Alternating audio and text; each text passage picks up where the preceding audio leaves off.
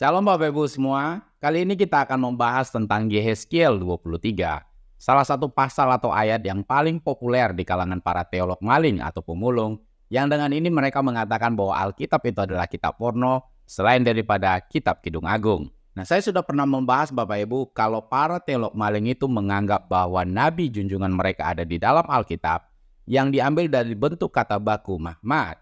Nah, ada dua kitab di dalam Alkitab Bapak Ibu yang mana kata baku Mahmad itu ditemukan, yaitu kitab Kidung Agung dan Yehezkiel. Kalau kedua kitab ini diklaim sebagai kitab porno, sementara nabi junjungan mereka ada di dalam kedua kitab porno itu. Nah, Bapak Ibu bisa mengambil kesimpulan sendiri apa namanya jika nabi junjungan mereka disebutkan di dalam dua kitab porno. Pembahasan itu Bapak Ibu bisa search dalam YouTube channel ini. Nah, kembali kepada pembahasan kita tentang Yehezkiel 23. Kata yang paling menarik perhatian para teolog maling atau pemulung itu adalah di sana susunya dijama-jama dan dada keperawanannya dipegang-pegang. Selain itu, ia birahi kepada kawan-kawannya bersundal yang auratnya seperti aurat keledai dan jakarnya seperti jakar kuda. Engkau menginginkan kemesuman masa mudamu waktu orang Mesir memegang-megang dadamu dan menjama-jama susu kegadisanmu. Nah, para teolog maling atau pemulung itu mengatakan bahwa lihat, apa pantas disebut sebagai kitab suci dengan kata-kata dan kalimat seperti itu? Ya, memang seperti itulah pola pikir atau mindset dari para teolog maling atau pemulung Bapak Ibu, memaling ayat-ayat tertentu dalam Alkitab dan memulung ayat-ayat tertentu dalam Alkitab untuk tujuan syiar agama mereka, tanpa melihat keseluruhan isi dari ayat-ayat itu, tanpa melihat konteks daripada ayat-ayat itu, serta itu berbicara tentang apa dan siapa. Padahal di pasal itu sendiri sudah dituliskan siapa kedua perempuan yang dimaksud itu. Itu bukan perempuan secara fisik Bapak Ibu, tetapi sebuah gambaran dari kerajaan yang ibu kotanya Samaria dan Yerusalem. Kita bisa lihat di dalam Yehezkiel 23 ayat 4. Ohola ialah Samaria dan Oholiba ialah Yerusalem. Ohola atau Samaria dan Oholiba atau Yerusalem itu menggambarkan apa Pak Jul? Mari kita lihat di dalam literatur ini. Di dalam Ezekiel 31:37, karangan Moshe Greenberg, dituliskan di sana, kedua kakak beradik itu adalah kerajaan Yehuda dan kerajaan Israel. Jadi ini bukan benar-benar dua perempuan secara fisik yang dada keperawanan mereka diremas-remas atau dipegang-pegang Bapak Ibu. Nah, di dalam literatur ini juga, di dalam Faith Life Study Bible, Samaria adalah ibu kota kerajaan utara, yaitu kerajaan Israel. Yerusalem adalah ibu kota kerajaan selatan, yaitu kerajaan Yehuda. Nah, selanjutnya kita akan belajar bahwa apa tema dari Yehezkiel pasal 23 ini. Mari kita simak Bapak Ibu. Di dalam literatur ini, Yehezkiel kembali ke metafora Israel sebagai istri yang tidak setia, yang secara grafis dikembangkan dalam pasal 16, dan menyusunnya kembali menjadi sebuah alegori atau cerita simbolis tentang Israel dan Yehuda. Dia juga mengambil gambaran Samaria sebagai saudara perempuan Yerusalem yang disajikan dalam Yehezkiel 16 ayat 44-53. Perhatikan, penindasan politik terhadap Israel dan Yehuda yang digambarkan secara eksplisit dalam bentuk pelecehan dan penganiayaan seksual. Sambil membangun tema dan gambar dari pasal 16, alegori ini berkembang dengan cara yang sangat berbeda.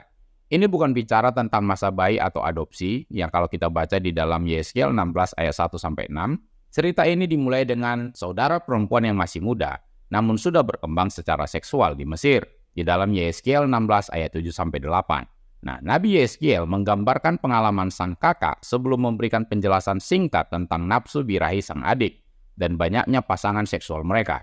Sama seperti istri yang tidak setia di pasal 16, kedua saudara perempuan itu diadili dan dihukum karena perselingkuhan mereka. Jadi Yehezkiel pasal 23 itu berbicara tentang sejarah penindasan politik yang dialami oleh bangsa Israel dan Yehuda mulai sejak di Mesir Bapak Ibu sampai kepada masa Asyur dan masa Babilonia yang digambarkan secara eksplisit dalam bentuk pelecehan atau penganiayaan seksual. Nah, selanjutnya, apa artinya dada keperawanannya diremas-remas atau dipegang atau dijama-jama Bapak Ibu? Kita lihat di dalam literatur ini, menghubungkan sejarah penyembahan berhala Israel sewaktu di Mesir. Buah dada mereka diremas atau dipegang atau dijama, itu berbicara tentang perbudakan dan penindasan Israel di Mesir secara metamorfis disamakan dengan pelecehan seksual. Selanjutnya, di dalam The New American Commentary, Catatan Ohola tentang pelacuran dengan Asyur dirangkum dengan menggambarkan bagaimana ia bernafsu kepada para pejuang muda Asyur yang tampan. Kita bisa lihat di ayat 5 dan 6. Prostitusi politik Israel juga menjadi perhatian khusus Nabi Hosea, dan gagasan yang sama tentang pelacuran menjadi dasar pesannya. Kita bisa lihat di dalam Hosea 5 ayat 13, Hosea 7 ayat 11, Hosea 8 ayat 9, dan Hosea 12 ayat 1. Nah, obeliks hitam Salmaneser ketiga menunjukkan Yehu bersujud di hadapan Raja Asyur. Bapak Ibu tentu sudah tahu siapa Yehu berdasarkan kitab Raja-Raja.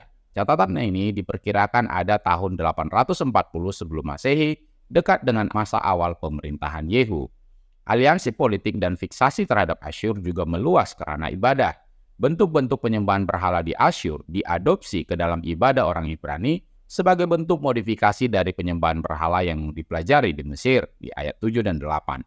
Penghakiman datang dengan diserahkannya Samaria ke tangan kekasihnya, bangsa Asyur di ayat 9. Penangkapan putra dan putri serta pembunuhan Ohola dengan pedang mengacu pada pengasingan yang terjadi bersamaan dengan jatuhnya Samaria pada tahun 722 sebelum Masehi di tangan Salmaneser kelima sesuai dengan 2 Raja-Raja 18 ayat 9.